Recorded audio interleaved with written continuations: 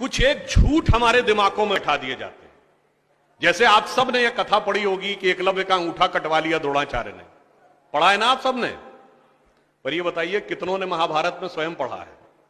मेरे विचार से हम में से किसी ने भी कभी महाभारत में वह प्रसंग पढ़ा ही नहीं होगा एकलव्य वाला। और अगर हम यह भी विनम्रता से पूछे कि महाभारत के कौन से चैप्टर में है, तो भी शायद हम में से किसी को ध्यान नहीं होगा कि महाभारत के वन पर्व में एकलव्य का उल्लेख है। मगर देखिए मार्क्स और मैकाले का प्रभाव कि हमारे दिमागों में ऐसा भरा हुआ है कि हम ग्लानि से आबद्ध हैं बगैर पढ़े हुए। अब मैं आपसे कहूंगा, जाइएगा, जाकर पढ़िएगा। अवेलेबल हो तो इंटरनेट पे जाके सर्च कर लीजिएगा, ना हो तो राम जो महाभारत सीरियल आया था उसका एपिसोड जाके यूट्यूब पे देख लीजिएगा।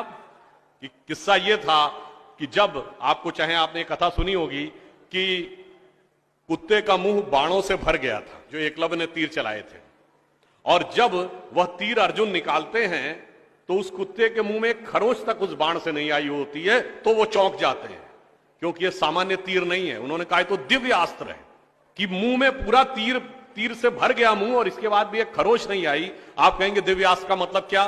दिव्यास्त्र का मतलब यह है जैसे रशिया यूक्रेन की लड़ाई चल रही है ना, इससे पहले मिडिल ईस्ट की लड़ाई देती थी, तो जो मिसाइल जाती है वो लेजर गाइडेड जाती है, जिस बिल्डिंग पे गिरना उसी बिल्डिंग पे गिरती है, अगल बगल पे नहीं गिरती, क्योंकि the direction is precise to the metres. पर अगर मुंह के अंदर जाए और खाल पर खरोच ना आए, इसका मतलब it is so much strongly guided that it is precision to the micrometres.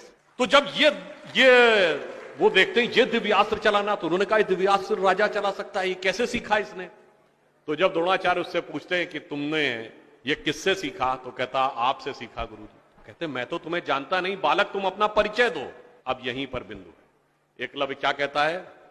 मैं मगध नरेश जरासंध के प्रधान सेनापति हिरण्यधनु का पुत्र एकलव्य। अरे वो मगध के chief of the arm forces का बेटा था।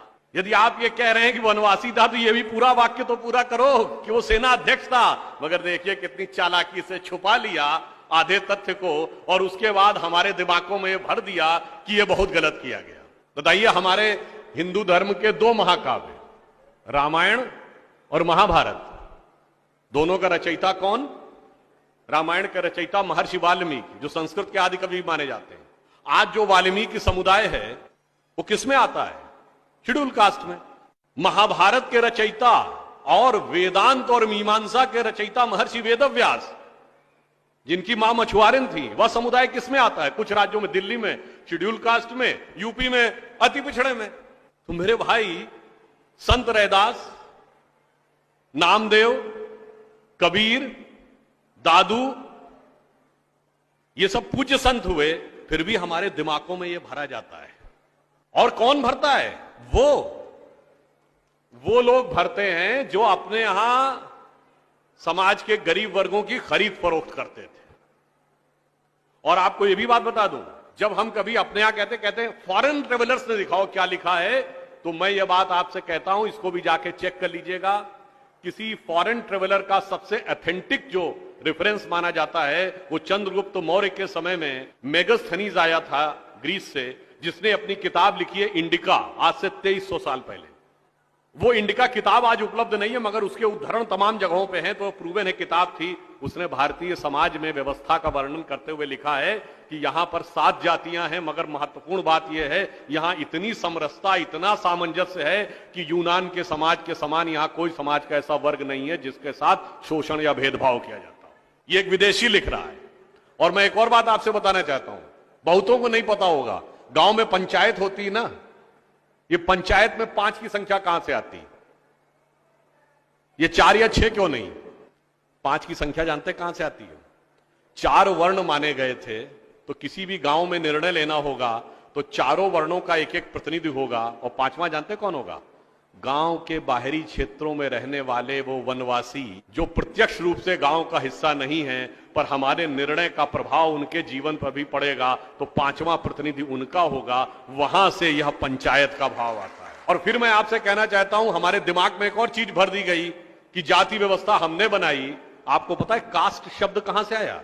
ये कास्ट अंग्रेजी का शब्द नहीं है, ये पुर्तगीज भाषा का शब्द है।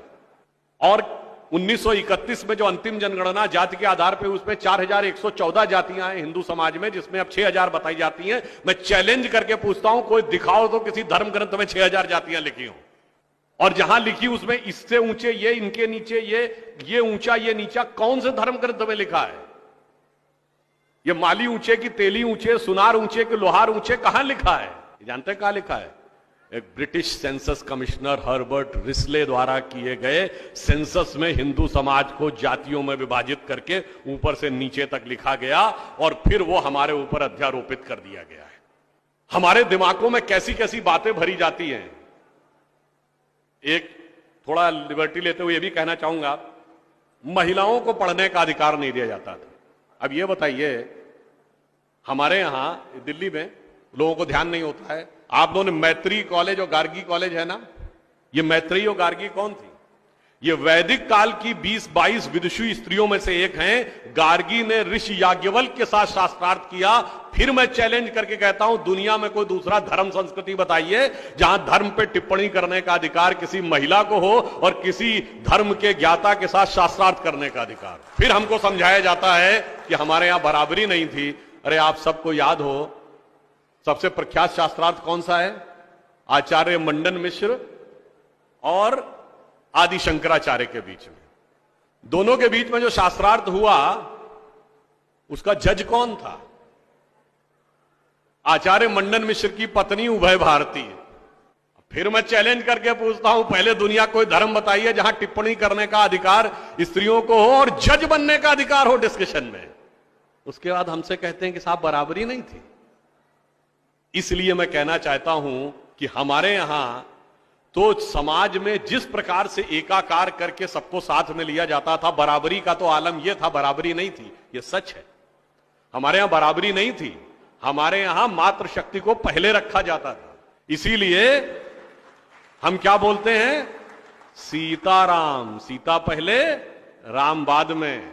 लक्ष्मी नारायण, लक्ष्मी पहले नारायण बाद में। गौरी शंकर, गौरी पहले शंकर बाद में। राधे कृष्ण, राधा पहले कृष्ण बाद में। माता पिता, माता पहले पिता बाद में। और इसीलिए हमारे जितने भी प्रतीक हैं, भारत भी माता है, धरती भी माता है, प्रकृति भी माता है, गीता भी माता है, गंगा भी माता है, गाय भी माता है, गायत्री भी माता है। और ये केवल कोई आध्यात्मिक धार्मिक बात नहीं है। वर्ल्ड की डॉक्यूमेंटेड हिस्ट्री में अगर पहली बार कोई वुमेन रूलर रही है तो गुप्त वंश के समय में 4वीं शताब्दी में प्रभावती गुप्त ने शासन किया है।